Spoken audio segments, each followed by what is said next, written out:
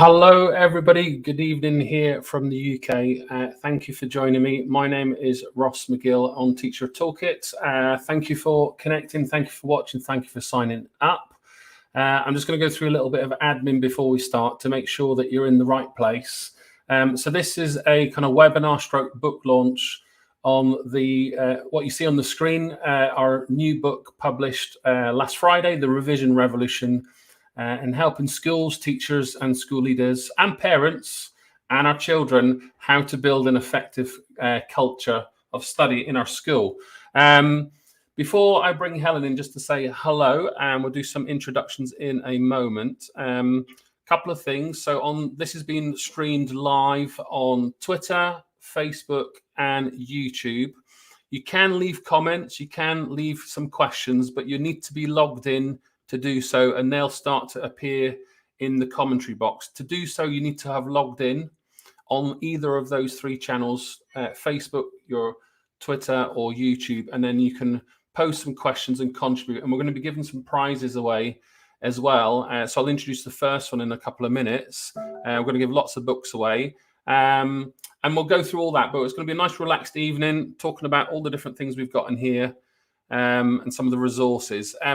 Just so you can see who is attending this session live, so on all the different channels. And obviously there's people in different time zones going to watch this stream on a replay. It's been fabulous. We've had at least 500 people sign up in, I think the last count I did was about 40 countries. So there's definitely a hunger for teachers and school leaders to learn more and use some of these skills to help our students not just pass exams, but to be equipped for learning and study, etc. for life. And we'll go into this in a little bit more detail. Obviously, we're streaming here from the UK, so you can see just this map here. The amount of people just in the UK has been super exciting. So Helen and I are excited but nervous, and we can't wait to share our resources. So I'm going to bring Helen in a second. Before I do, here is the QR code to the book. So please get your phone and take a screenshot of that, and you can find out more about the book. I'm going to share some more QR codes as we go through the session on all the resources and things like that you can download, and how to get involved with the book and how you can win a prize. So I guess the first thing, let's talk about what people have said so far, and we'll talk about how the book was born. But there's some initial quotes from people that have been lucky enough, I think, to read the book and have given us lovely feedback and a nice quote. So you can see all that there, and we'll send you these samples in the recording if you've got a ticket to the event. And there's just a little sample of some of the many things inside this brilliant book that we've put together for you with loads of resources. So all these resources are going to be in the QR code that we give you at the end of the session. So I'm going to bring Helen in a moment, but I'm going to do my first book prize. So I know not everyone's everywhere, so at least everyone's on an email. So if you're not on social media, that's fine. I understand that. Send me a bit of feedback or a selfie of you watching this, and I'm going to choose some of my favorites to put out online, and I'll post you a copy of the book. So first of all, if you can tag us the Revision Revolution, that's the hashtag for tonight. This is Helen and I's one opportunity to make a little bit of noise, and then it's over to the big wide world who give us our feedback. So hashtag the The Revision Revolution. Maybe grab yourself a selfie. I've already taken mine, so I'm going to bring Helen in to introduce herself in a moment, and I'm going to post my selfie on Twitter. But tag me, tag Helen. Helen will introduce her Twitter handle too, and I'll put this in the commentary box so you can see it. So you know how to find us. Please tag us. We'd love to know your thoughts. And we want to make a little bit of a noise because it is, we'll talk about being a published author and the process and the ups and the downs of the whole journey. But obviously any book success is what a difference it makes to you and to your students.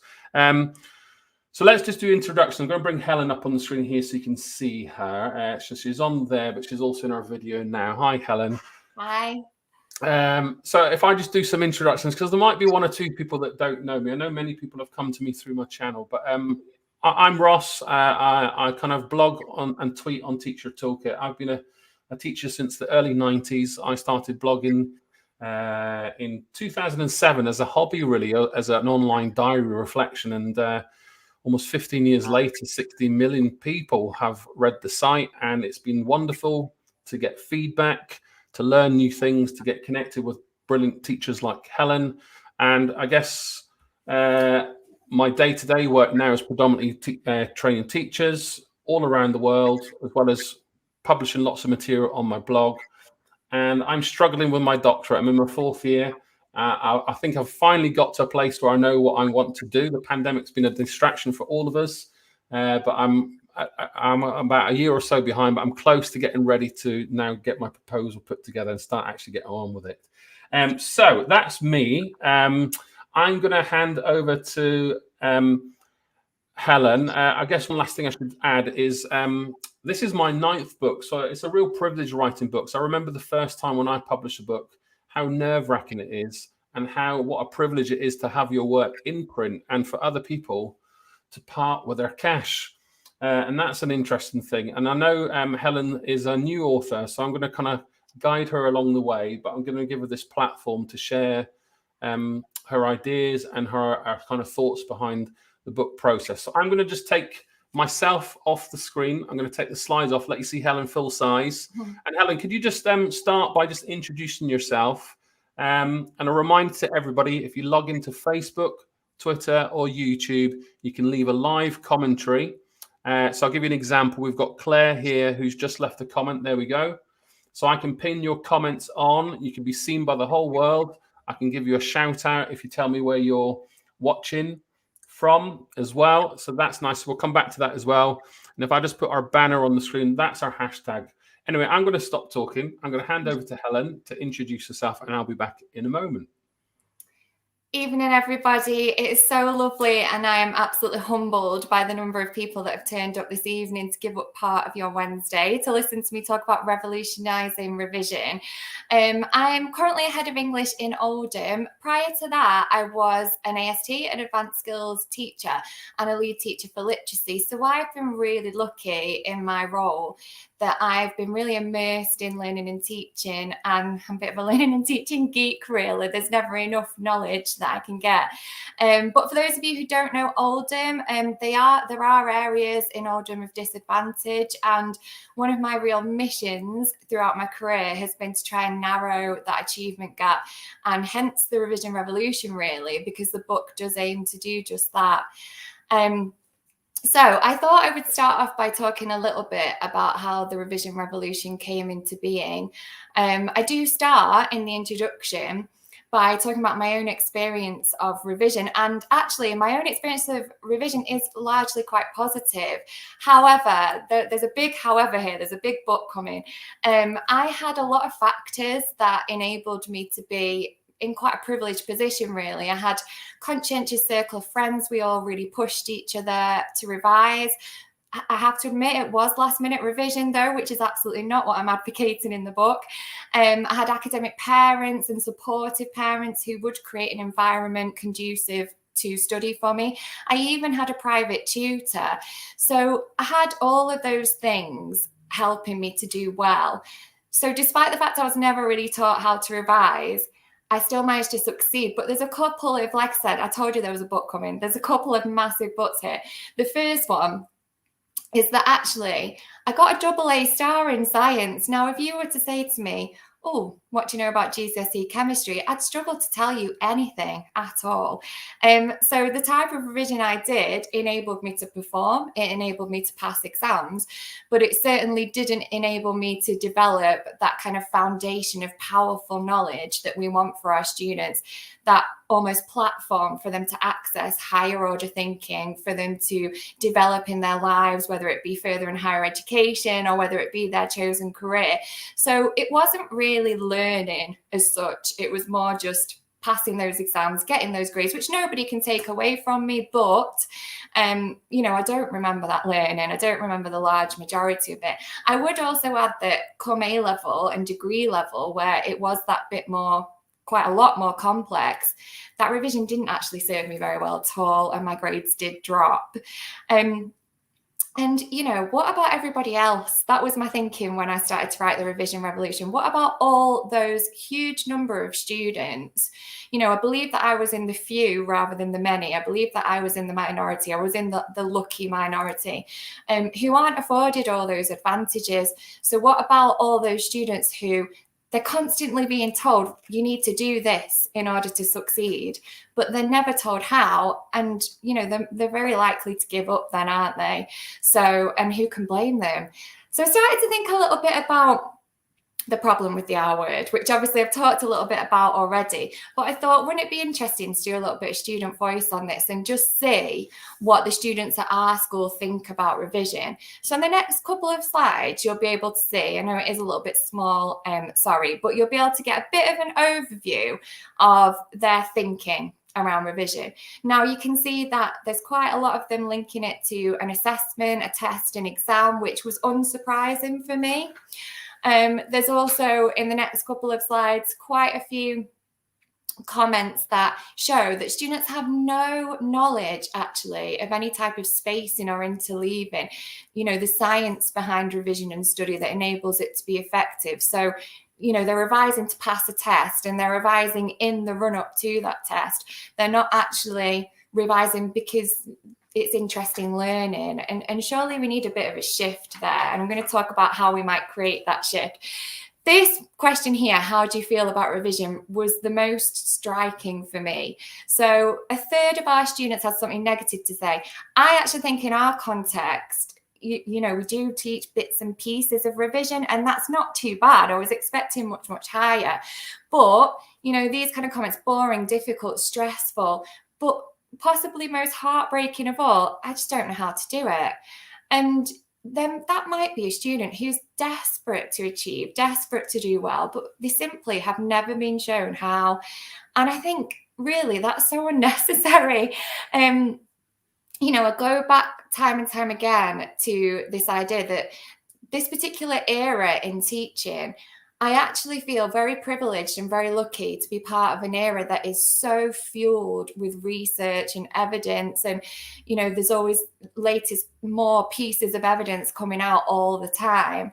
So we actually have access to the best bets for our students now. It's just that we're not necessarily part of a revision culture where we're making those best bets explicit to students and really showing them how to revise. So clearly for our students, revision has become something of a monster. It's become something quite abstract, then maybe quite nebulous even, that they're just not sure how to do it. So they might well run and hide from it. So with revision and this idea that it's become something that it's perhaps not, and I'm going to talk about why revision has almost become this monster that it doesn't need to be. I started to put together a bit of a structure for the revision revolution. So I'm going to talk briefly through the reason behind the steps and the reason behind why they're in this order. Sorry, Ross. Sorry, so I'm going to just pause you there. Let's take the screen, the slides off for a minute. Hang on, I'll bring you back. I'm not quite a pro at using StreamYard here. So I'm just going to bring in a few commentaries and just do some reminders. So we've got off to a very strong start. Thank you, everybody, for your comments. We've got here Linus Davison watching in Abu Dhabi, which is fantastic. We've got someone that's very excited to get their copy of the book. They're watching from the West Midlands.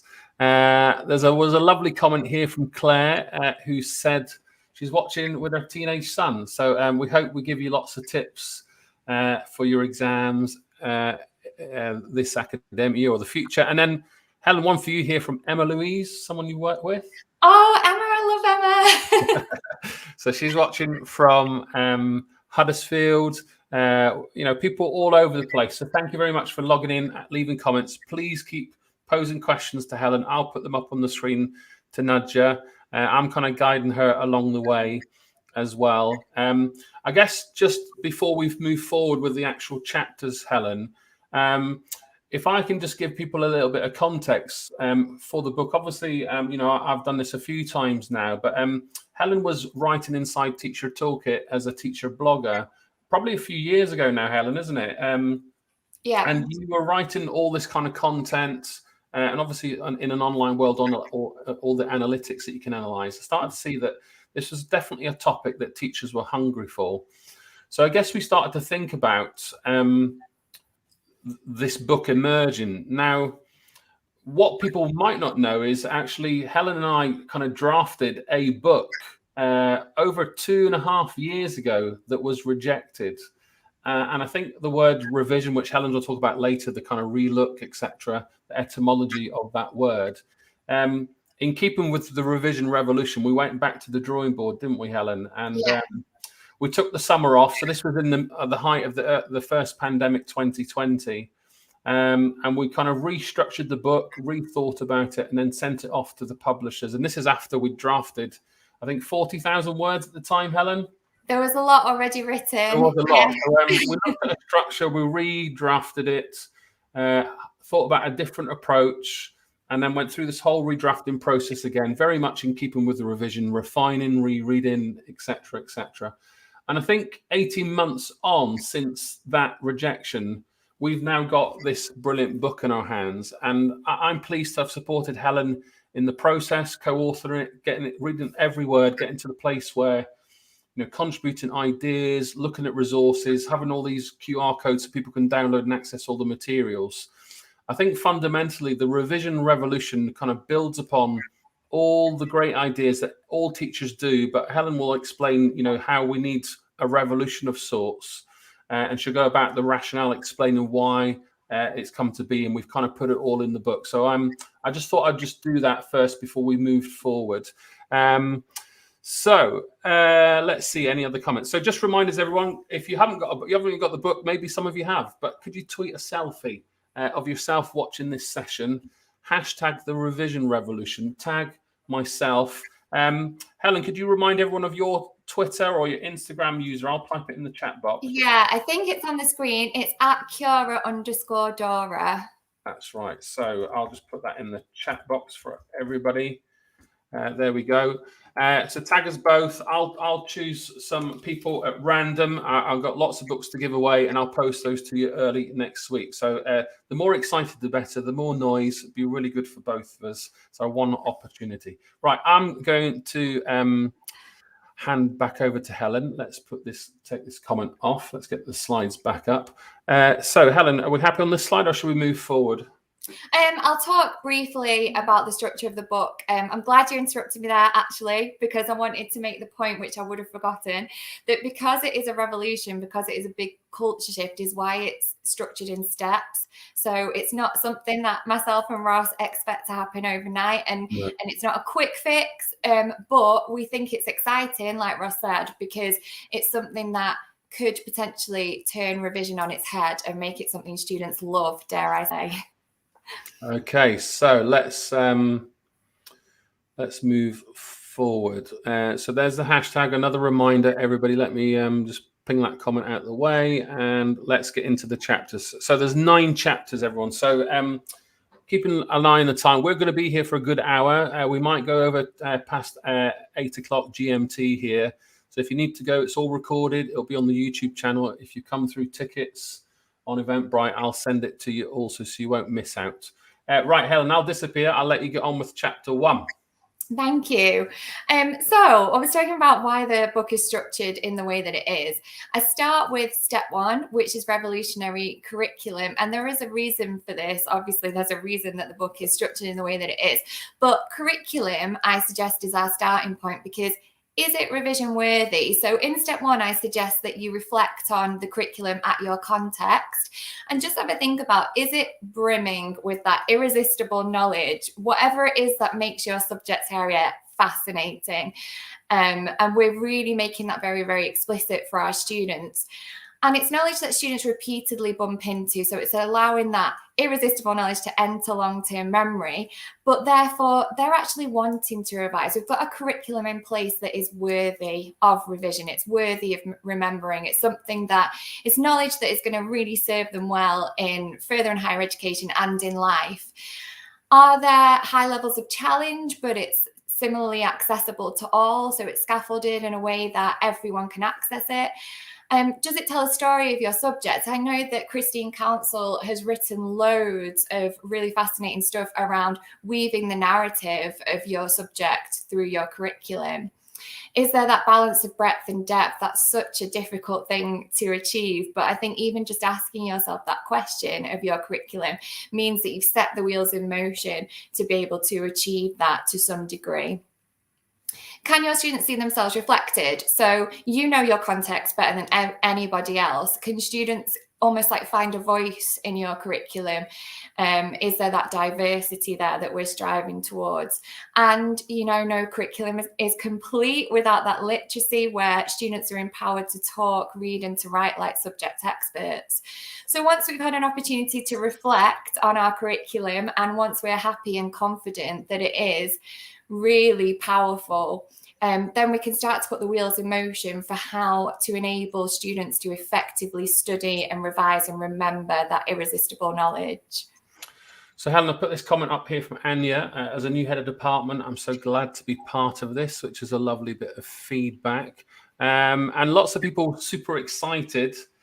Paulette here got their signed copy. She's gardening it and everyone's jealous at school. So that's lovely.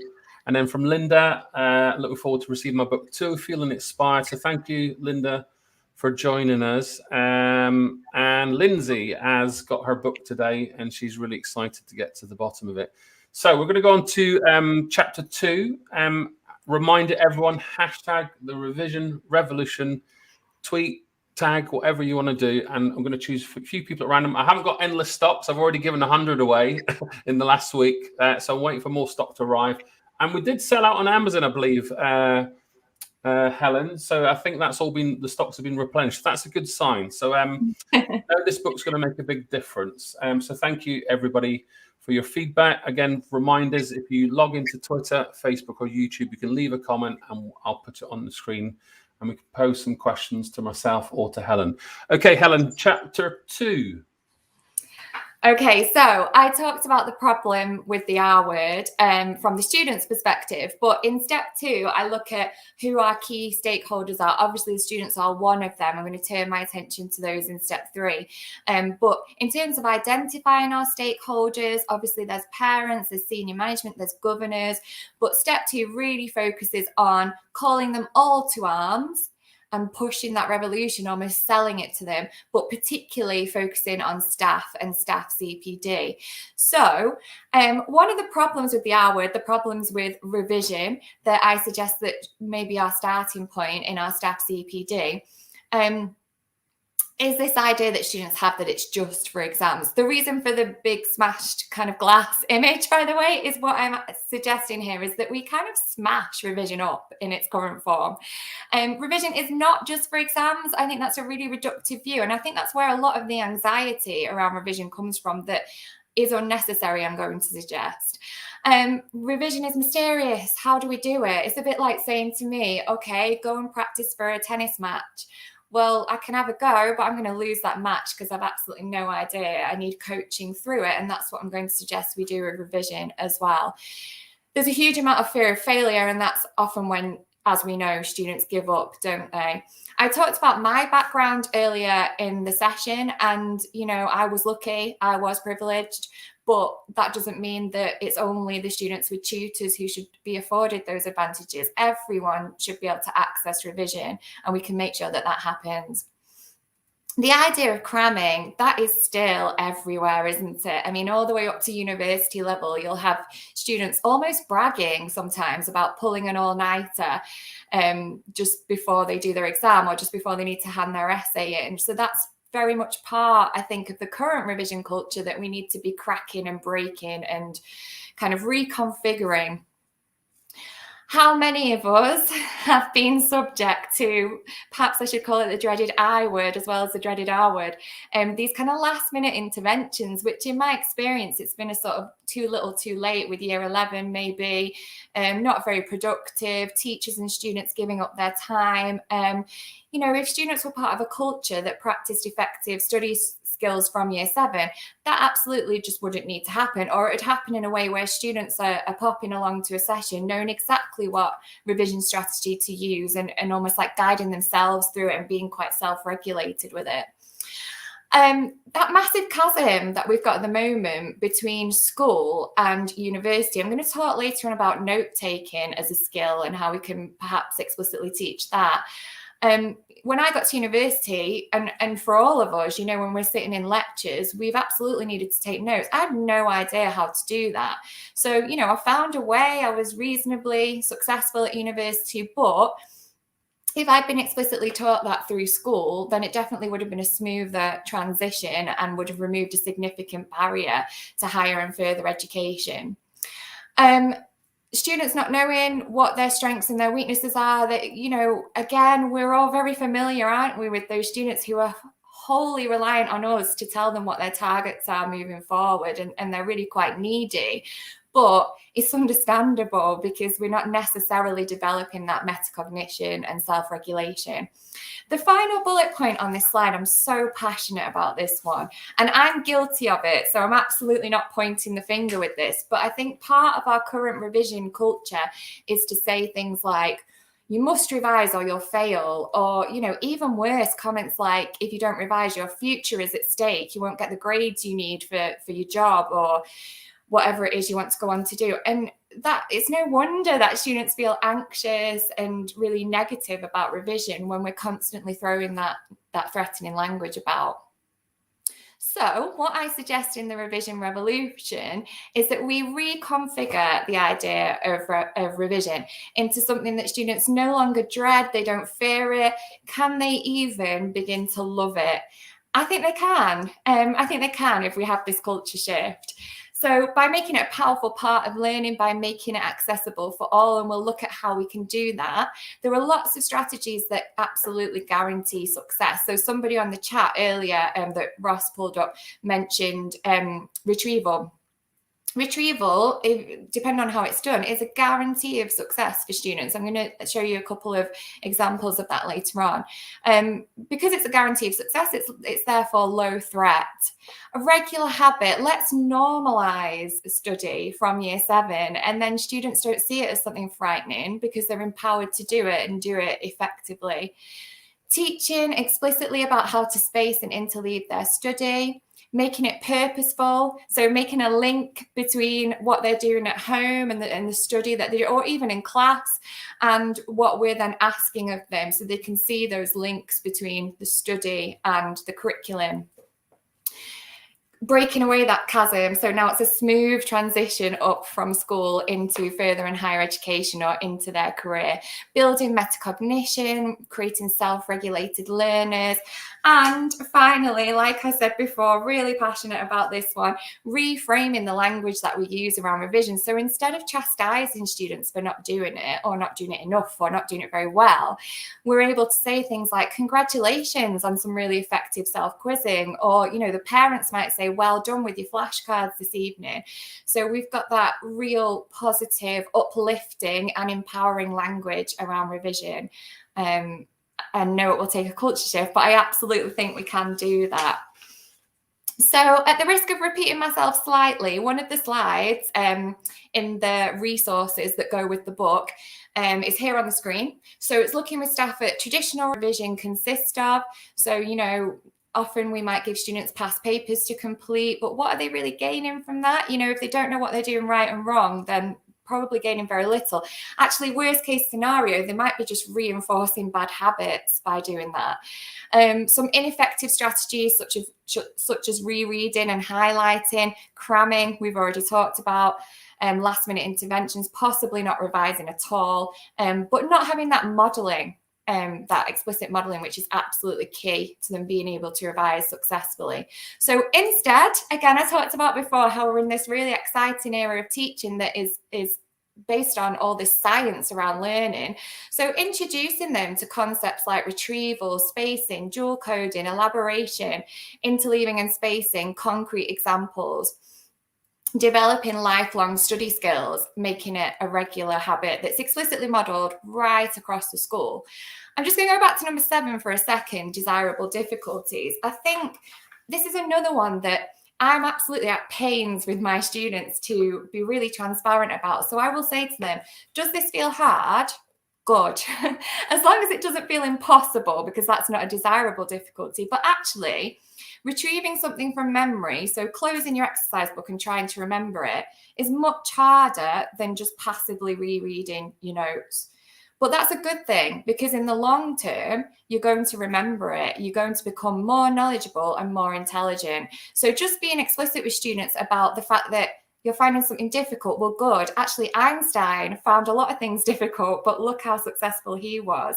So just that explicit language around what's effective in study means that they understand, they know that they're experiencing something uncomfortable, but that's okay. So that's staff CPD. And then I think that brings us to step 3. It does. So I'm just going to pause there for everyone. So there is the QR code again. There's the hashtag. Everybody, some reminders from me. I know there's been 1 or 2 people who are late to the party for whatever reason, technicalities, blurred slides on your side. So it's all clear on our side. If you miss anything, it's all going to get. It's already online, but when we press stop, it'll be on the YouTube channel. So you're not going to miss out. You get all the resources, and the QR code I'll put in the chat box and on the screen, and I'll circulate the slides. One other thing before we move on, I suppose. Thank you everyone for logging in, leaving your comments. It's been really good to see lots of different bits of feedback. I put this one up on the screen, Helen. An ECT trying to encourage some reluctant students that obviously would like a book, so we'll consider that. We'll want the selfies at the moment, so tag us in. As we go through, I'm going to post some questions from what Helen says, and ask you to send your comments through by email if you're not on social media, and then I'm going to choose some winners at random. So that's the easiest way for me to be able to distribute some books to people, as well as managing this session for everyone. So Helen, let's move forward. Let's go on to step 3 or chapter 3, Junior Revolutionaries. Okay, I'm excited about this one because this is all of our favourite stakeholders, which is the students. So I'm going to suggest, but before I say this, if there are any primary colleagues present at this webinar, I would absolutely advocate starting the revision revolution in primary school. So although I'm going to talk about year 7 a little bit now, you could use the strategies that I'm going to talk about later on absolutely with primary. I'm even thinking that I'm going to use one of them with my 4-year-old son to start to practice some of his phonic sounds, but I'll talk about that later. So why start with year 7? Well, they are keen little sponges, aren't they, year 7? And I think there's an opportunity there to begin that culture shift. You know, that it's a new start for them anyway, so it's a good time for us to set our stall out, I suppose. So I suggest in step 3 that we start off with a bit of debunking of revision. So just actually posing the question to year 7, what is revision? What do you understand by the word revision? And almost inevitably, you're probably going to get answers around the same vein as the ones that I showed earlier when I did the student voice. So, oh, it's studying for an exam. I'm sure the words exam, assessment, test would come up. But if we look at the morphology of the word revision, and I'm ahead of English, of course, I'm obsessed with vocabulary, but there's an added bonus here, isn't there, to build the word consciousness of our students. I think we could talk to students about the prefix re, first of all, and explain to them it's part of a really rich family of words that just means again. So revision, just like revolution or reignite, it just means again. And actually vision, again, part of a big, rich word family, just means to look. So let's go back to the pure form of this word. Revising is looking again at something that's been learned or something you've looked at before. There is no mention there whatsoever of exams or grades. Let's take all that anxiety and dread and negativity around the word away, because it's not there. It's just something we've added when we created that revision monster. It's a polysemous word in that it's got more than one different definition. But the other definition is actually equally positive. It's about going back to something and changing it to make it better. So clearly, both definitions of the word revision are things that we want our students to master. They're absolutely positive skills that we want to empower students to be able to do. And it's as simple as that. So again, why start with year 7? So once we kind of debunked the word a little bit, it's about year 7 being part of this brave new world of secondary school. So they're entering secondary school. It's this new kind of highly academic place. Not that primary isn't, but there is a bit of a shift there. They're in separate subject areas with separate teachers, etc. So we've debunked it a little bit, but now we need to demystify it. So what explicit strategies could we introduce? And I'm going to suggest a few in a moment that year 7 can really run with, and they can start straight away, get off to a flying start with their effective study skills and normalizing those effective study habits. So, and again, in those first few weeks with year 7, we are setting out our stall, aren't we? So it's really going to set the tone with them and make them realize whether our particular context is highly academic or a bit too lenient, or, you know, really, really strict, or what kind of school is this? Well, this is a school that really prioritizes study, and we're going to empower you to study effectively and to learn really, really well and to continue to build and progress with that learning.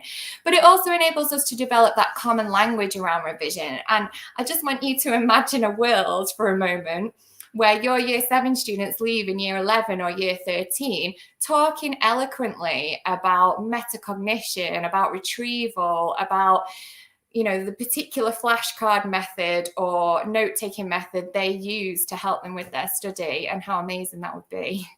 So, just before I talk about techniques, actually, I wanted to bring in the idea of schema. So I thought also it's a good opportunity with year 7 to start off by debunking this idea that retrieval, if we start small and we start by modeling retrieval strategies, is not just about memorizing facts. Actually, retrieval is building up this big schema, this big web of knowledge, and that's why we've got a spider's web on the screen there.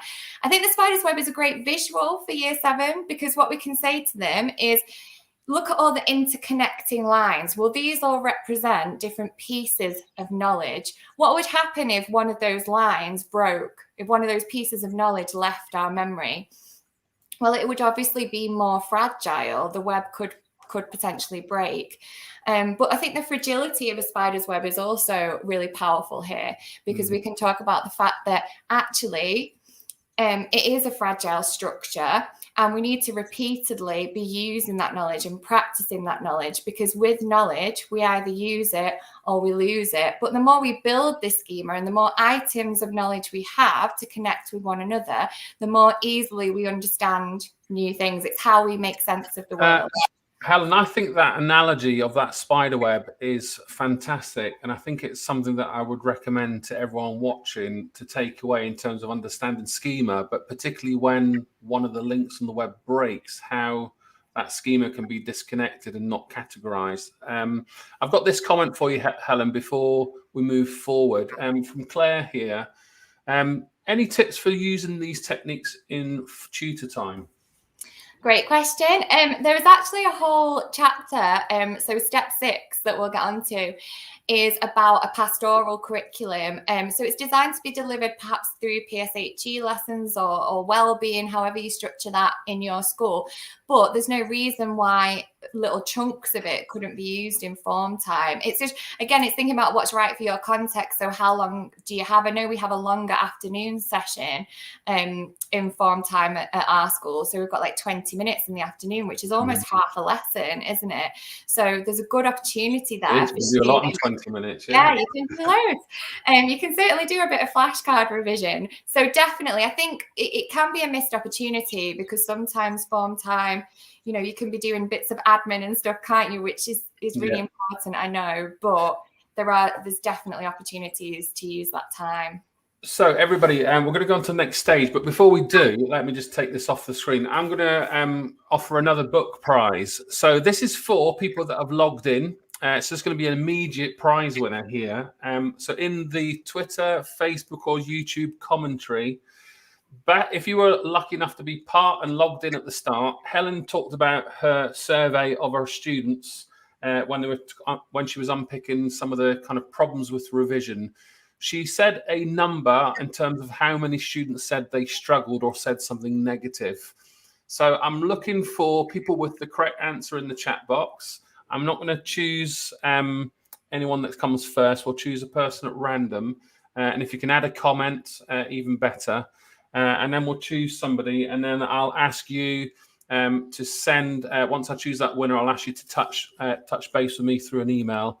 And I'll ask you for your address and I'll post that book to you. So there is a chance for people in the comments. I can already see the answers coming through. So, Helen, let's go to chapter 4, Revolutionary Lessons. I'll be back in a minute, and then I'll choose a winner in the next slot. Thank you. So this is the second part of the presentation, really. It's where we get to, probably that you've all been waiting for, the concrete strategies. So some of the strategies that we might start those little keen year 7s or primary school students off with. So I'm going to talk about 3 strategies. I'm going to keep them really simple. And the first one is note taking. I'll talk about why I've picked that in a minute. Part of it is to bridge that big chasm currently that we've got between school and university. Getting students to reflect on their learning. So those metacognitive skills are so important, as we know, and self-quizzing. And then finally, looking at how the Leitner method works, which is such a simple technique, but really powerful. So starting off by looking at note taking. I've chosen this because it's quite complex, isn't it? But we don't explicitly teach it. Please feel free to contact me. If you explicitly teach it in your school, then that's absolutely brilliant. But I've rarely seen it explicitly taught. I've seen teachers say, right, you need to take notes on this. But again, it's one of those like, well, we actually have no idea how to do that. You know, with note taking, it involves selecting the most important information, which especially students with those low literacy levels are really going to struggle to do. It involves condensing it down into notes, so potentially using abbreviations. And again, that's like another language, isn't it? It's a meta language that students, unless we've shown them what abbreviations look like, it's a shorthand that's potentially dying out with this world of technology before us. And it then involves translating those notes back into sentences, into paragraphs, into essays. Essentially, those notes have to be meaningful. They have to be useful. So there's a lot involved in that note-taking process. But the suggestion I'm going to make for a note-taking strategy makes it accessible for all. It's explicitly modeled, it's low threat, and Donna John's already guessed it. It's the Cornell notes method. Really, really clear.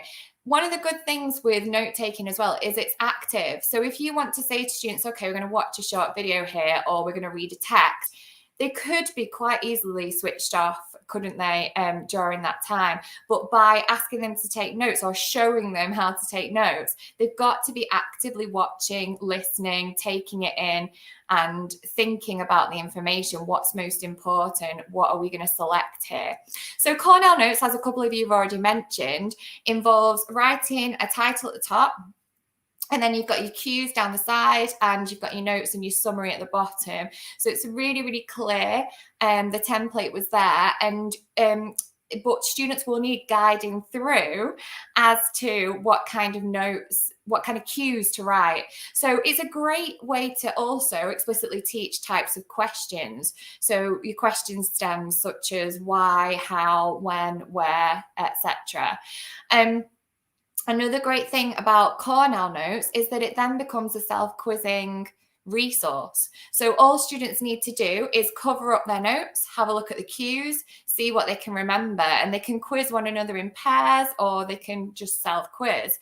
So they start to see their exercise books as revision resources.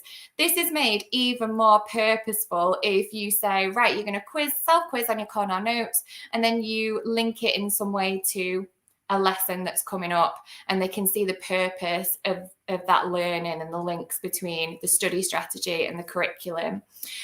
On the previous slide, you could see some abbreviations, and I would suggest that if you can use them across the school, obviously, as with anything, the more consistently it's used, the more effective it is and the more students get used to it. Some of them, you might want different ones for different subject areas, but most of those you could use across the board, I would say.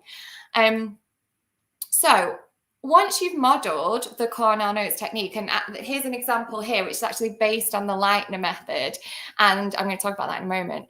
And here I've shown how you would translate those notes back into full sentences. So again, it'll need explicit modelling, and you can perhaps introduce some desirable difficulties there. So in my example, I have used certain vocabulary words, I've used certain grammatical structures, like I've used a noun appositive in that one.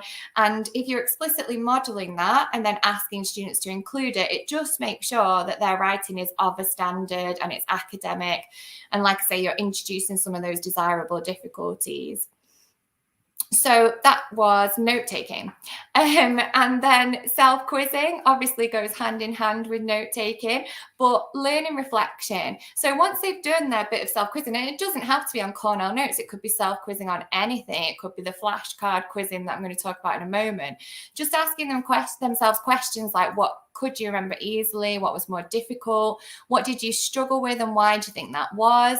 And this last bullet point I think is key. Okay, you can remember the information now, but would you be able to remember it in a month or a year, for example? And it just reminds students the importance of actually repeatedly going back to knowledge and making sure that it doesn't leave our, well, it needs to enter our long-term memory, so it would easily leave our short-term memory unless we keep going back to it. Like we said on the schema slide, we need to use it so that we don't lose it. Now, they could do that in pairs. They could have that kind of metacognitive dialogue with a partner, which is equally good, or they could be asking themselves, or you could even get parents to have that discussion with them, which is potentially even more powerful. So Leitner method, really, really simple flashcard method. And what I like about Leitner method is it actually incorporates spacing. So students have all their flashcards, and the flashcard could be a vocabulary word on one side and a definition or an example sentence on the other, or it could be an important question from the scheme, an important piece of knowledge. All those flashcards go in compartment 1. If they answer them correctly, they move them across to alternate days in compartment 2. And if they answer them correctly again, they move across to be tested on weekly. However, if they answer them incorrectly at any point, they go all the way back to compartment 1. So the idea here is for the pieces of knowledge that they are struggling with the most, they're testing on those the most. So they're kind of bumping into that knowledge and practicing it more repeatedly in order for it to enter long-term memory. It also, like I said, makes use of spacing, because even when they're repeatedly getting it correct, they're still practicing it, but they're just spacing it out a little bit more. So you've got those intervals there as well. What I really like about Leitner method, I've put it into my parental newsletter before, because I think it's such a good one to use with parents. It's so simple, but also, I know because I'm a parent of 2 boys and one's just started primary school, we need to keep things simple for very busy parents. So if we can provide parents with the 3 compartments and the flashcards, we're also then providing them with the answers, aren't we? So they don't need to be a subject expert to quiz with their child. So they're supporting them in a completely non-threatening way. So that's a few concrete strategies that we could be introducing our students to pretty immediately, really. Helen, this is fabulous stuff. I know my life as a teacher, getting to the bottom of this stuff has taken, several years. And I think it's important to stress to everyone watching that these, once you get to the bottom of it and you get the techniques and it becomes part of the culture, and if it is embedded from day one, these things, I believe it's a social justice issue. If your kids, even at primary, are learning, some of these things, corner notes, you've got across your whole school abbreviation symbols. It can be quite transformational. So I'm just going to bring the slides off for a moment and just put a few comments on the screen. And I'm going to just announce a prize winner in a moment. But we've got a nice comment here from Holly. I'm a governor at my children's primary school and have asked whether the children were encouraged to take notes. Sadly not, but hopefully that's the time for change, Holly. So thank you for your comment. Lina has contributed again. I think Lina's watching in Abu Dhabi. So the who, what, where, when, why, how question for retrieval practice, which is great. And we've got a comment here from Jay Kelly, business teacher using corner notes explicitly. It's completely changed my subject teaching. So some nice comments. So thank you to those people who are commenting. I'm going to choose a winner. Don't shoot the messenger. It's very hard to manage a live stream event and read hundreds of comments. I'm going for the biggest impact. So I've chosen Aldworth School. I'm assuming the person who's logged in as Aldworth School is going to share this with all their staff, not just keep it to themselves. So you're the winner. Thank you. The answer was 33%, Helen said. Helen, could you remind us of that 33%? Yeah, so it was 33% of students had something negative to say about revision, which I have to be honest, I thought it'd be more. So it'd be interesting. I don't know whether people feel like they might want to do some similar student voice in their context because, I mean, I work at Blue Co and our cohort is, well, it's mixed really, but they are taught some revision strategies, but that was more positive than I mean, it's good to have that data, isn't it? So it's a good starting point. So if you've never surveyed your students, everyone, here's a nice start of the year reminder for you, or not start of the academic year here in the UK, but at least start of the traditional calendar year. So hashtag revision revolution, everybody. I'm going to give you another question for a prize. Aldworth School. Please, could you email me? I'm not going to say it online publicly. You need to dig it out. Send me the email. Maybe screenshot this now before I take it off as your evidence, and I'll post you a copy next week. Next question, everybody. So for anybody watching online, not necessarily in the chat box, Helen mentioned earlier, so you like what I'm doing here. I'm doing lots of recaps, or making sure that you're listening. Now, if you missed it, then too bad. But Helen said revision has become a bit of a fill in the blank. So either in the chat box, tag me online. I'll choose one in the chat box and one online for 2 prizes there. Don't forget that excited selfie. I've already had 1 or 2 on Twitter. I'll check Instagram and Facebook later. I'll send copies. I want as many people to get this book and resources as we can. And don't forget, right at the end, and I think we're already over time, but we're going to keep going. We've got loads of CPD resources that you can download and share with your staff tomorrow morning. So let's move on, Helen. I'll work out how to get rid of that comment. Let's go on to the next slide. So we're now we're halfway through the book. We're halfway through Revolutionary Coaching. I'm a big fan of this one. Oh, I'm a big fan of this one. I know I keep saying this, but this is so powerful. So once students have seen you in the classroom modeling some of these strategies, and obviously it will take a bit of time. Again, that's why the book is structured in steps. It's starting to get them to support each other with the strategies. So getting them working together as coaches, there's a few different ways you can do this. So some of you might have already heard of elaborative interrogation. So that's using your how and why question stems to push them towards the higher level thinking. So they might have retrieved some knowledge. That's great. They've got the foundation of knowledge, but they're then building on that by using a bit of analysis, using a bit of perhaps some evaluation of the knowledge that they've got. So they can ask each other those questions. Again, it'll need modeling by you. They'll need practice writing those questions. It's all in the book. But that's one strategy. Paired quizzing, very, very easy. They can use the flashcards. They can use the Cornell notes. And that's another one that you can easily do. And actually, it's a great one if you've not managed to plan a lesson, if you've not, you've had a busy evening, busy weekend, they just grab their exercise books, do a bit of paired quizzing. I am really passionate about this third bullet point. And again, I'm going back to my, the students that I've taught with quite low reading ages who struggle a little bit to access the curriculum. So pairing them up where one student is writing and the other one is coaching. Now, again, it will need modeling by you first, but what I always say to the students, it's important how you set this one up. So the student who's writing has their exercise book in the middle. The student who's coaching, their eyes have to always be on their partner's work. That's just a kind of behavior management thing. You might want to give the coach some success criteria. It depends on where you are in your scheme. If it's year 11, they might not need that success criteria because they might be in up to a point of mastery with that particular scheme nearly. And the coach is basically questioning their partner as they're writing.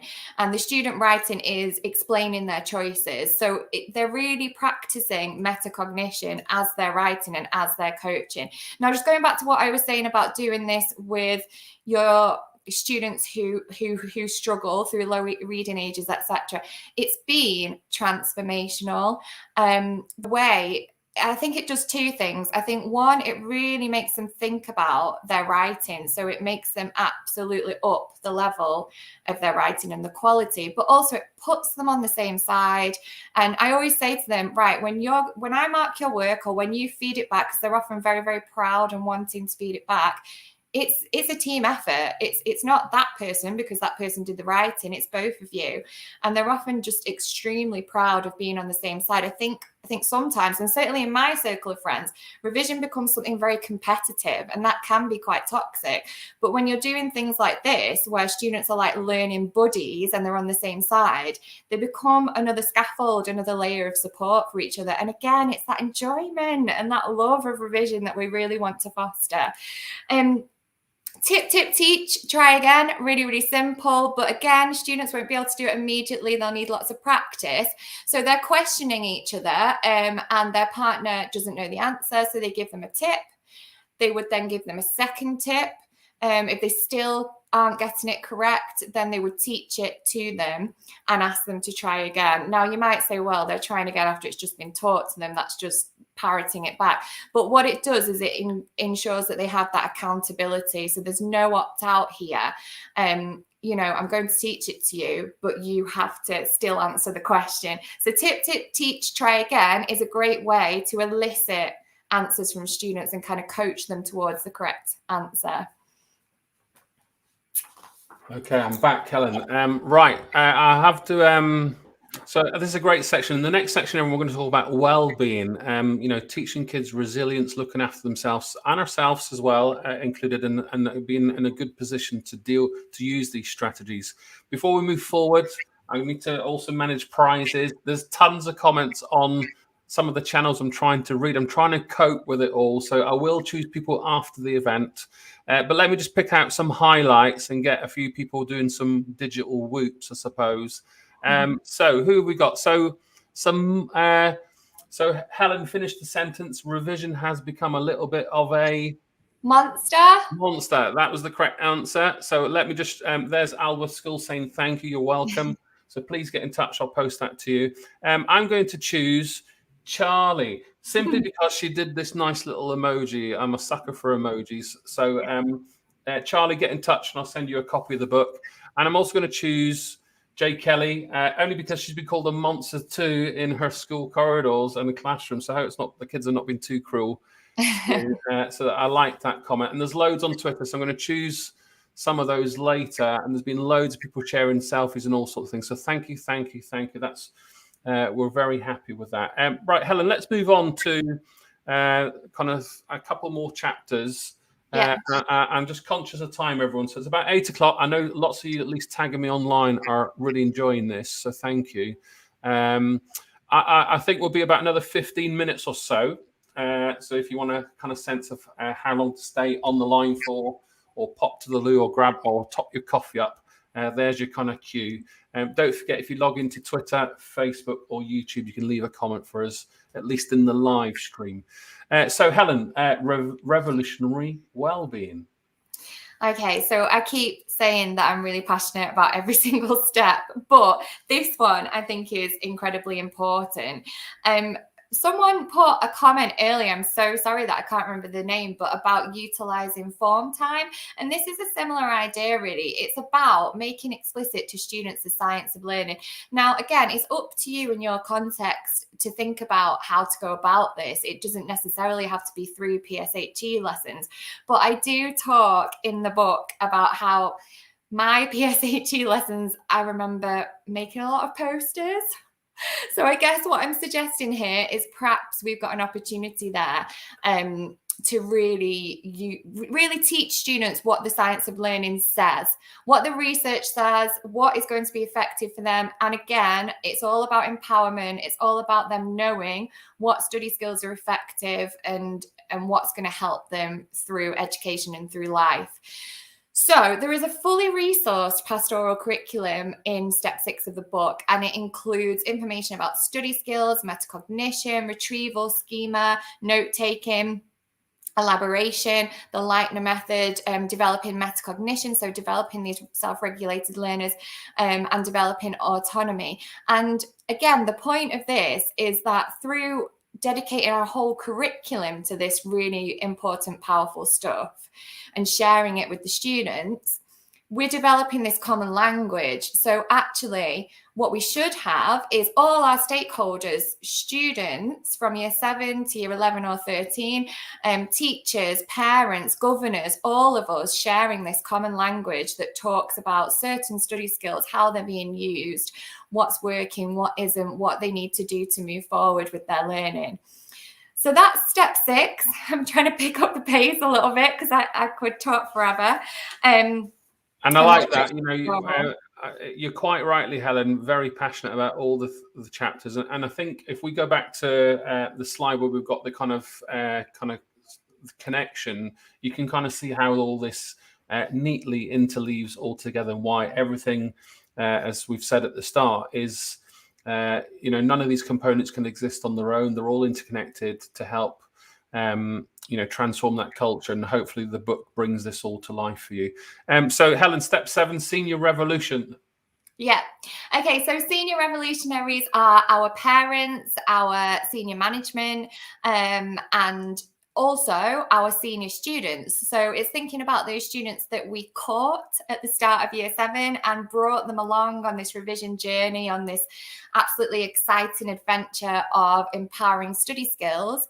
Once they get to year 10 and beyond, could we use them as advocates for revision? So could we use them as mentors for our younger students, pair them up and get them to actually help our younger students on that journey? So it's about, again, we're talking about a revolution here. So it's something that it's a culture shift that will take years, and we want to sustain it. So it's about ways to sustain it by utilizing our senior revolutionaries. Another idea in step 7 with the senior revolutionaries is that we would obviously involve parents in this important triangle connecting our parents, teachers, and senior students.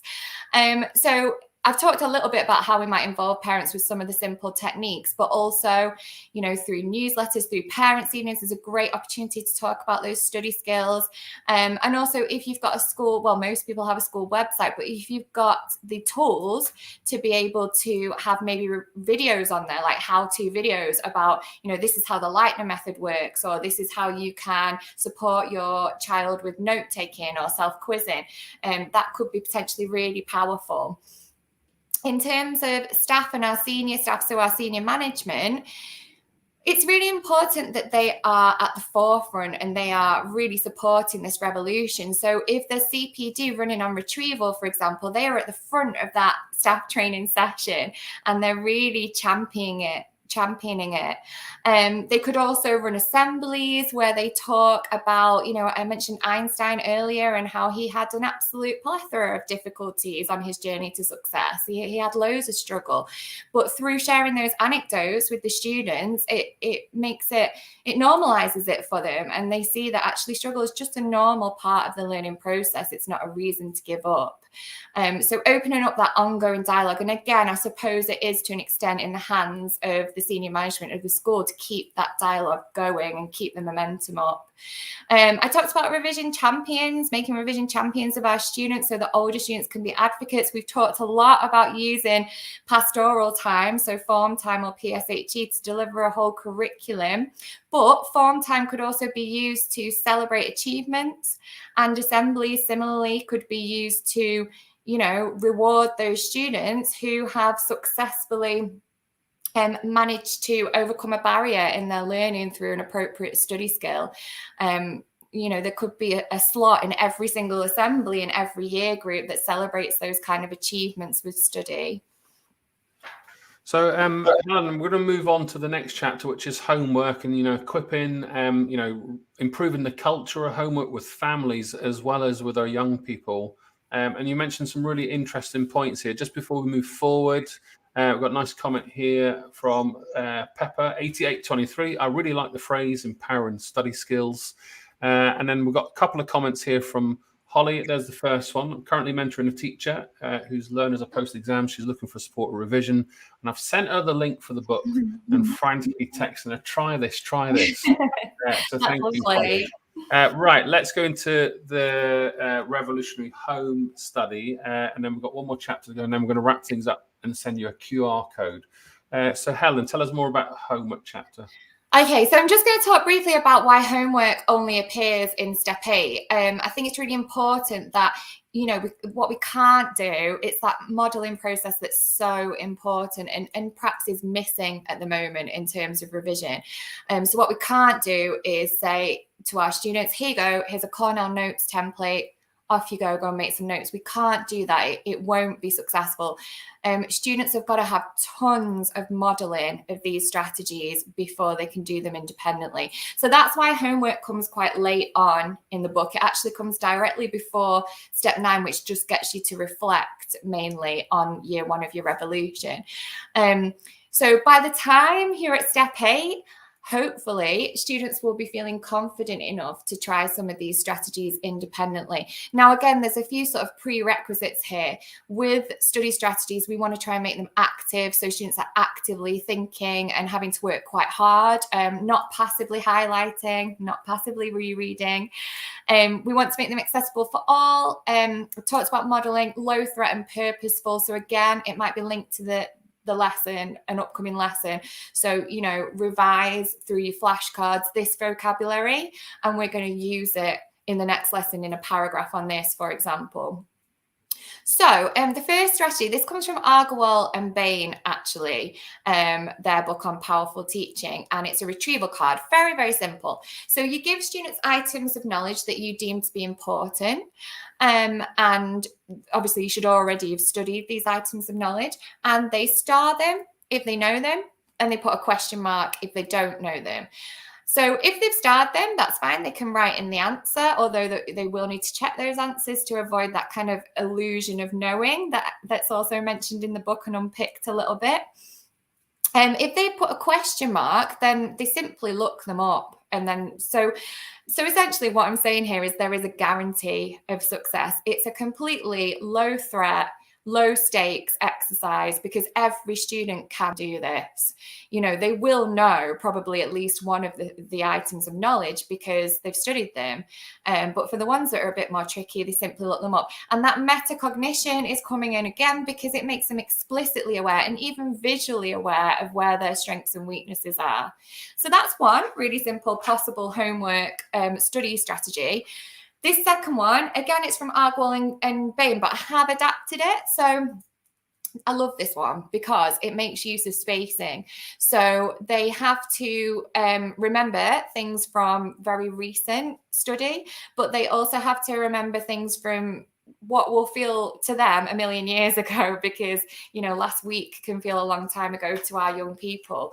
But it makes sure that they're still returning back to knowledge from maybe a year ago. Now, if your curriculum is well sequenced, then that might not be as hard because that knowledge will be interconnected, won't it?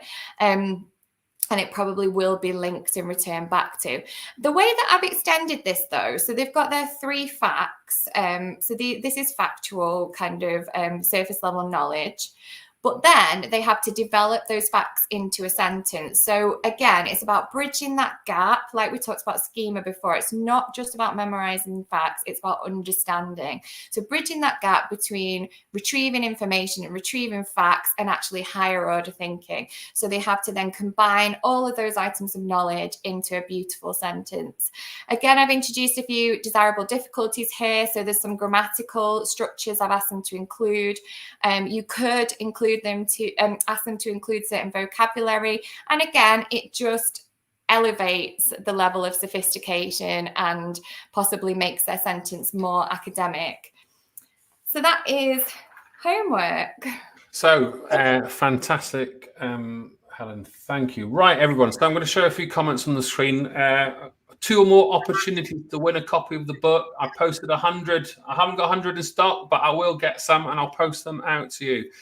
So let's start with Sally, who's watching in Australia. How about that? I'm fortunate to coordinate our senior study program. A lot of what's been spoken about, I've had to learn about myself before I can pass it on. If only could get a copy of this book, Amazon, but we can maybe sort something out for you, Sally, because I know sometimes shipping Amazon internationally is a bit of a problem. So if that is, then I'm happy to help. But thank you for your comment and thank you for watching Down Under. We've got this comment here, putting together a Padlet in the maths area of the website with lots of the ideas from here. This could be extended across subjects too. I love it. I've got a comment here from Twitter. Let me see if I can dig it out. Someone quoting something I said earlier, which I'm going to come back to. You know, teaching students explicit revision skills is a social justice issue. And if we talk about leveling up and post-pandemic, here is one of our solutions that we can do day in, day out in our classrooms. Right, this one's funny, a bit corny, but we'll let you off. And you've admitted that without sounding corny, their pen has run out because they're frantically trying to write lots of notes. So in keeping with revision and retrieval, at least this is recorded and you can watch it back. Right, my question to you all. So I'm going to choose some winners on different channels and in the chat box. So here's the question for our next book prize opportunity. Probably about 5-7 minutes ago, Helen introduced the topic of a revolution with homework, and she went through 4 or 5 kind of principles that we could explore. I want 3 of those in return. So either in the chat box or online, what were those 3 things? So some of you, well, I won't give you a good way to find out some of the answers, but let's see. We can test people's retrieval knowledge, and I'm probably going to choose people that can respond quickly to this one. So there we go. Let's move on. So back to the slides. We're nearly done, everybody, and I'm going to send you lots of resources. So there's the hashtag. Give us a shout online, please. It's our one opportunity to do this virtual session and share some of the resources with you. And this is our favourite catchphrase at the moment. And no doubt Helen's going to say, well, this is another most important catchphrase of my book and why really important. So Viva la Revolution is the phrase that I'm using in all my teacher training travels at the moment. So Helen, over to you. Let's wrap the last chapter up and kind of, this huge call to arms for every teacher around the world. Yeah, you'll probably be glad to hear that I'm not actually going to talk about this step very much, because it's all about reflecting back on what you've done in your first year of the revolution, or reflecting back on those first 8 steps. What is in that chapter, though, is kind of this cycle of ongoing continuous improvement. So with change management, it's about going back, evaluating what we've done. Has it been successful? Diagnosing the next issue or the thing that needs tweaking slightly, and then moving forward with that. So, this revolution is never complete, just as, we hear it all the time with curriculum, don't we? Curriculum is never done. The revision revolution is never done. It's just about what is the next step. So that's step 9, essentially. But I thought I'd finish with 10 important points, no doubt that I've already covered, but I'm just going to emphasize them, about building this culture of effective study. So nothing to do with exams, nothing to do with assessment or tests, just effective study that's going to empower students of every background and every ability. And I'm so passionate about that. So firstly, your curriculum, is it brimming with powerful knowledge, irresistible, fascinating? What makes your subject area special, that students absolutely cannot resist revising? They want to remember it. Every stakeholder, are they on board? If not, which stakeholder do we need to focus on? Obviously, we need to focus on all of them. But the revolution will only be truly successful if every stakeholder is on board. So who are your key drivers in that call to arms? Remember that triangle of staff, students and parents, and it links back, doesn't it, to getting every stakeholder in an ongoing continuous dialogue around study and revision. Ensure that senior management actively support. So I will make this really clear, not at my current school, but I have run staff training before where senior management haven't been present. And, it is a bit undermining. They need to be actively there. They need to be at the front. They need to be a voice of this revolution and actively supporting it. Obviously, they need the training as well. Developing that common language. So I'm going to, at the risk of repeating myself, say again about imagining students entering further and higher education, speaking very eloquently about how they know that they're a self-regulated learner with a developing schema, who uses techniques such as, Lightner method, flashcards, and metacognition to develop their learning. Modelling is absolutely key and crucial. Like I said before, we can't just give students a set of flashcards or give them a Cornell Notes template. We need to show them how to use it. And that, I think, is the missing link at the moment, which can so easily be part of our practice. Students will need repeated opportunity to practice before they become independent with it. So that's why, as I said just a moment ago, homework comes later on in the book, and they develop that independence and autonomy, which incidentally is also why we need to start with year 7 or earlier. Include the science of learning in some way in your context. So it doesn't have to be, by all means, please do use the pastoral curriculum provided as part of the book. I'd love some feedback on how that's working. But, talking about it in assembly, and there's a study which is cited in the book about how actually when students hear about struggling scientists, such as, I know I keep talking about Einstein, there are other examples in there, it just really motivates them, because they're not necessarily aware that struggle is a normal part of learning.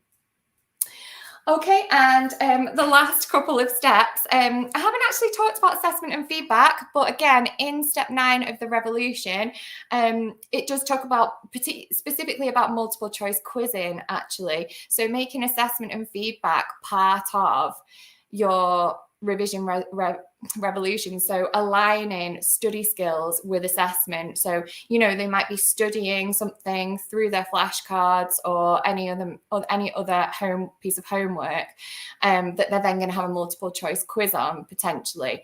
But, they can be really low stakes. They don't necessarily need to be marked. Again, there's some input on that in step 9, because I haven't really had time to talk about it this evening. I'm sorry, I've just skipped over the homework policy. Talk to your middle leaders and your senior leaders about adapting your homework policy so that it prioritizes study skills. I mean, how many of you, I know I certainly have felt in the past that you're setting homework just because you need to set it rather than because it's meaningful. So if you show them that actually this homework policy is going to have more impact and it's going to be less work because it's not going to require marking, everyone can only benefit from that. So that's it. Those are the 10 things. And I really hope it's been useful. And like Ross said, just vive la revolution. Yeah. Thank you, Helen. We're going to wrap things up in a second with a couple of more slides. But yeah, so I hope that has kind of given people a little flavour of what's inside. And thank you, Helen, for preparing all the slides and going through everything in great detail. Let me choose some winners for the last prize. So I'll go to Twitter and Instagram later, everyone. But Claire Lewis, you gave me some correct answers here about the homework issue, and based on the recommendations Helen introduced about 10 or 15 minutes ago. So please email me. It's in the chat box on the website. I'll put it in right at the end. So congratulations. And also going to choose David, who's watching live on YouTube. It should not be active. It should be active and not passive, accessible to all, explicitly modeled, low threat and purposeful. So congratulations, David. Please send me an email. I'll choose people on Twitter later. It's just easy for me to watch all this in here. So thank you. And I've got a couple of comments, I suppose, Helen, before we move on. Let's see what I can find here. I guess I kind of another question here. Students that are reluctant to do regular revision because they don't want to use their own time. What would you recommend here to this person's comment, Pepper? I think if it's being modelled explicitly in class time, so, there's a couple of suggestions in the book about that whole pastoral curriculum. Well, the pastoral curriculum that's resourced as part of the book includes them doing and actually practicing those study skills in class. So I think if they've got that in-class support initially, then they might be more inclined. But there's a really nice quote, I think it's again in the Agrawal and Bain book, about how actually when students have that moment of realization that they realize that they need to do less for more impact, it's like a light bulb moment. Oh my goodness, yeah, actually this feels harder, but it's less work. Rather than, writing out, copying something out, which is going to take me forever, I'm doing a quick 5-minute flashcard activity or something. And it's much less work, but it's much more. Yeah, and I think it goes back to that message, these things have to be explicitly taught to the students that, builds their self-esteem, their confidence to a point of self-regulation. It sounds easy on paper. We're going to finish off with a few summaries, and then we'll go back to I'm going to go back to a couple of slides just to sum it all up. So we're over time, but we're going to make sure that we do a nice job. Last chance, everyone, for a book prize. So I'm going to ask Helen to grab one of the books behind you and hold your book up here. And I want everyone to get their phones out and take a screenshot or a selfie of us with our books and you saying that you're, learning lots and excited to be part. And we just want a little bit of noise. I'm pro at this now. It's our only one-off opportunity to kind of shout about a book that's going to make a big difference. And we'll choose people on any social channel, and I'll just choose a few people, and I'll ship out quite a lot of copies next week. So last chance, 10 more seconds. Grab that selfie, take that picture. The world of social media now that we all live on. Look at the kind of shameless things we have to do. Right, so that's it. That's your last book opportunity chance. Right. I'm going to just, before we go to the takeaway slide, Helen, if I just come off the slide, I just want to go back to these two pictures at the start, and then we'll do our takeaway slide. We mentioned the monster. So here it is here. Revision doesn't have to be a monster.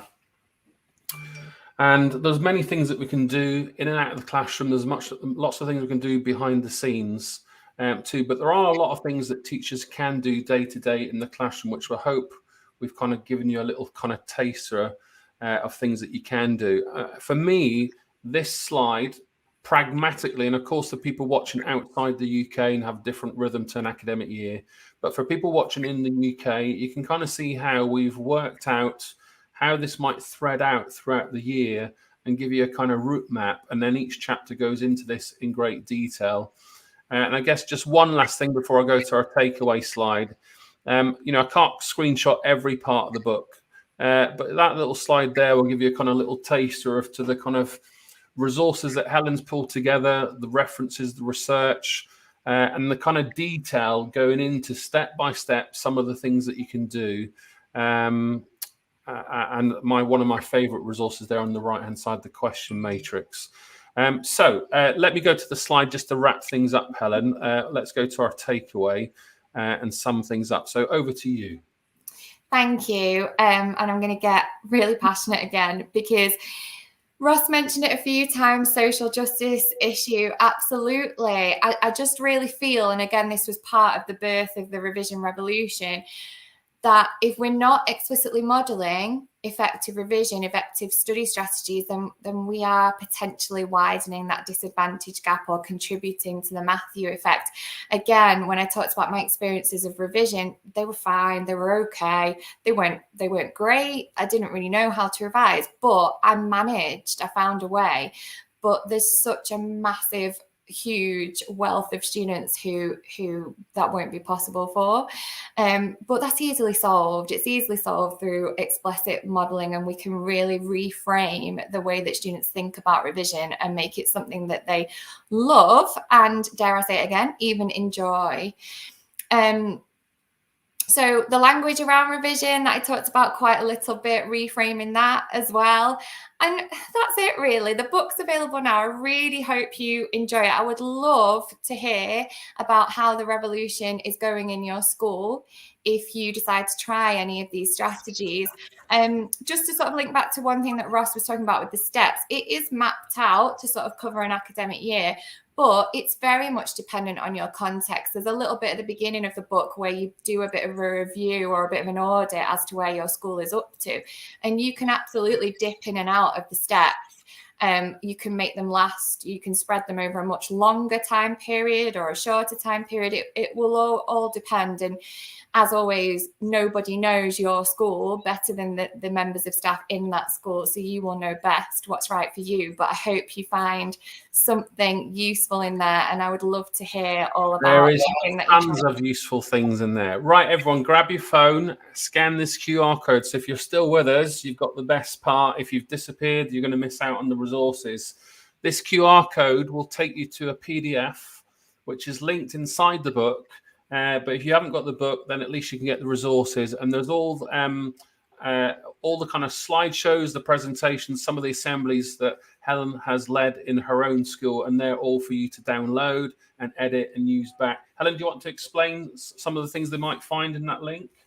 Yeah, there's loads of stuff in there. So the SCAF CPD sessions in there for step 2. There's a fully resourced pastoral curriculum that I've talked about. There are assemblies that Ross just mentioned. There's things like newsletter templates for parents. There's lots of just little bits of resources that you can either adapt or absolutely use in your own context. So I really hope you enjoy. So there you go, folks. So scan that code. That's your last chance to grab those resources. Reminder from me, people that are formally in the video recording, please send me an email. I've put it in the chat box a couple of times. I'll go on Teacher Toolkit, find the contact page and get in touch, and I'll post a copy. And then there's lots of people on other channels. I'll dig out those later. Helen and I are going to have to go back and see all your comments. So thank you. Hashtag the revision revolution. It starts now, and it should have started many, many years ago. And if I can just sum things up, pandemic, it's been tough for everyone. We know, particularly for our disadvantaged pupils, and this is just, here in England, never mind talking about other contexts around the world. But some of these key strategies we've outlined in this book will help you as a teacher, a middle leader, school leader, start to make a kind of pragmatic start in your classrooms around the school tomorrow. And Helen and I agree strongly that our schools need this revolution from the ground up, and it should start on day one, the very first day of school. So we hope the revision revolution will act as a conversation starter. Thank you for joining us this evening. Hopefully you're watching this back recorded to digest some of the things. And we thank that it will help schools across the UK and further afield, and take those steps towards that social justice that all our children deserve. One thing I should mention that we haven't, Helen and I are planning on doing a physical social distance where we can teacher training event in probably Manchester or old northeast Manchester in Oldham for people watching outside. But we'll publish those details in the spring. We're just working on a venue. People that come along will get a copy of the book as well as the resources and Helen and I for the day. And you get some tea and coffee and some biscuits too. So what's not to like? But it's probably going to be on a Saturday in late June or early July, which is when we think we both can do it physically in and amongst our full-time jobs. So that's it. There's loads of comments on here. Maybe we'll just have a little chit chat and go through some of those. But I'm going to kind of finish things formally on behalf of Helen and I. Congratulations from me, Helen, as well, for publishing your first book. I know it's going to be a game changer. And thank you for everybody that's watching. Helen needs to have a rest and go and have a glass of water or something a bit stronger. She's been a little bit anxious, but I think you'll agree with me. She has done a fabulous job. When we first set this up, I kind of joked that we'll just have 5 people, and then she said, "Please don't tell me how many people are going to turn up." But we've had 500 people sign up. A lot of people watching live on multiple channels, and people are going to watch this later. I guess I've just got a comment here from Megs. Viva la revolution. So ending it formally there. I'll put the recording here. Thank you, Helen. Thank you so much. And thank congratulations. You. And then I think I'm just going to go through some of the comments and see if there's anything that we can answer. So for people still watching, if you're logged into Twitter, Facebook or YouTube, now's your chance to pose a question and then see if we can pick you can pick our brains, ask some questions. I'm just going to put some different comments up on the screen as we go through. And let's see, because they're all starting to flood in now, so it's hard to keep up. But thank you, everyone. Thank you for all your feedback. My favourite phrase, teaching is a team sport. There's a special place reserved in hell for teachers who don't share. So Helen's got our green ticket, so she's safe. So my question to you all now is, what are you all going to do? And I'm sure you are doing something in some shape or form. And while I have the opportunity, thank you for all the amazing work that you're all doing in our schools to keep our communities open, our children safe, etc., etc. Right, let's see what we've got. So Paulette, great presentation, Helen. Nothing to be anxious about. Thank you. Done a brilliant job. I suspect you'll be in huge demand for lots of teacher training sessions. So your head teacher's probably going to be starting to feel a bit nervous. We'll see. Yeah, we'll see. All in good time. Right, what else have we got here? Okay. So Donna, we'll share some of these ideas back at my department. Highly recommended. Revision Revolution. Claire, happy she's got a book. Another Claire here. Claire, is it available to watch? You can watch it all back on YouTube, Facebook, and my YouTube channel. Let's see if I can pick out 1 or 2 questions. So that was a comment earlier. I had this one, I think. Past papers in themselves are only useful as a diagnostic that occurs afterwards. What do you think about that, Helen? Yeah, I mean, I've had an issue for a long time because as in English, and particularly now as head of English, students saying, oh, you can't really revise for English. I think it drives English teachers insane. But again, it's sort of on us, isn't it, if we're not explicitly showing them.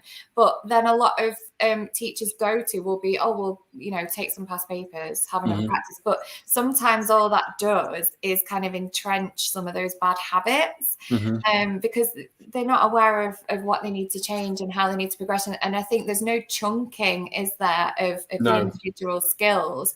So, yeah, I mean, I think I agree, really. I think they need to look and be practicing more skills in isolation to What about this one?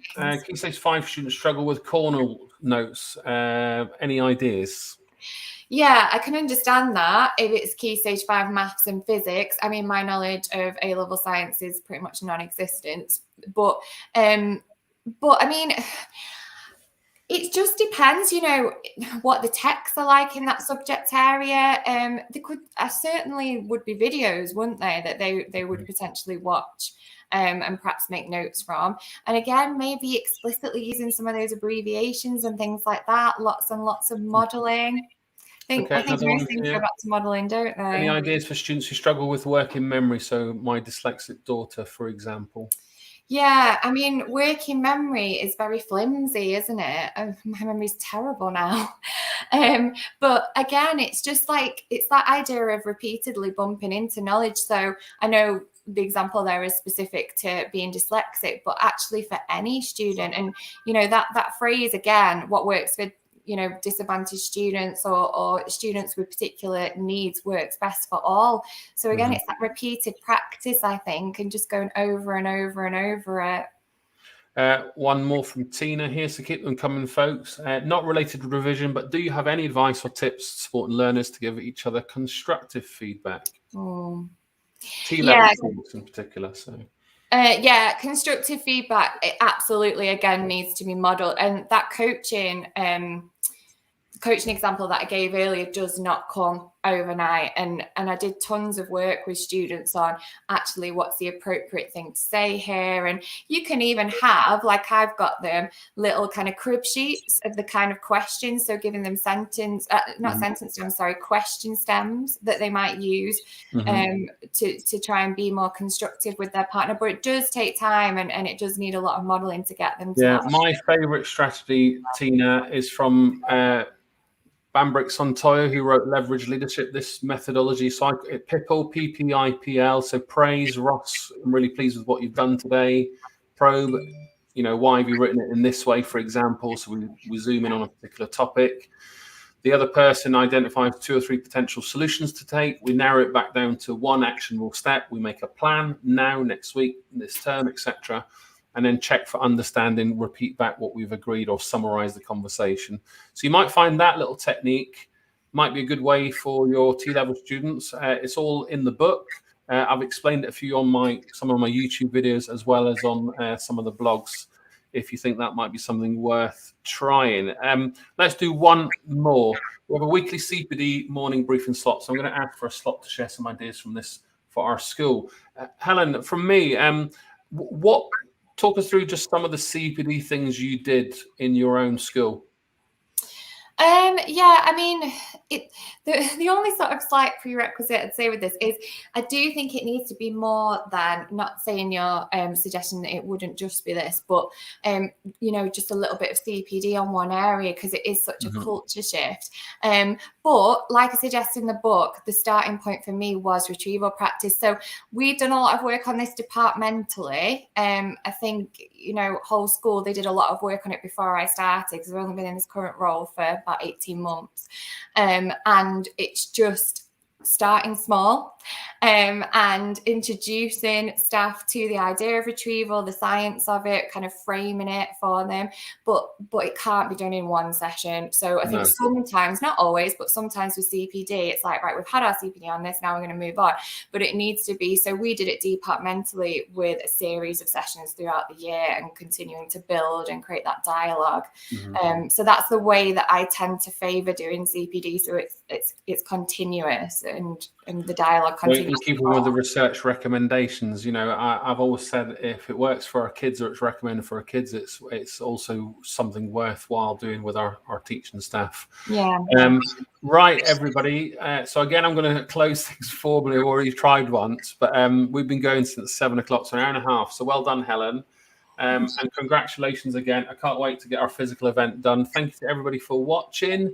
Hashtag the revision revolution. I'm going to go and have a plow on Instagram and Twitter for some more book prize people. And send us your email. So I'll circulate our contact details if you sign up through Eventbrite. If you haven't, I'll put all the details on the bottom of the YouTube recording tomorrow.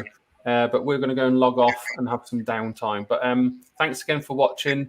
Helen and I are very chuffed that you've been part of the whole process with us. And we hope that resources make a big difference. So bye from me and Helen. Yeah, thank you so much. I'm absolutely humbled. I think I said it before, by people giving up their Wednesday evening, but it's been an absolute pleasure and a privilege, despite the nerves.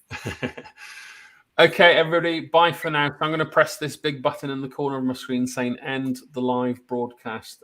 Keep well, keep safe, and yeah, hope these resources make a difference to your young students or even your own family. You know, Helen and I both got children. We know these things are going to be things that we use with our young children too. Whether we have a success rate with our own children, well, there's a good interesting research. Teachers teaching their own kids, that's an interesting one, isn't it? Anyway, I'm going to stop. Bye, Helen. I'll speak to you soon. Bye, everyone else. Bye, Ross. Thank you. Get your copy, Revision Revolution. Bye for now.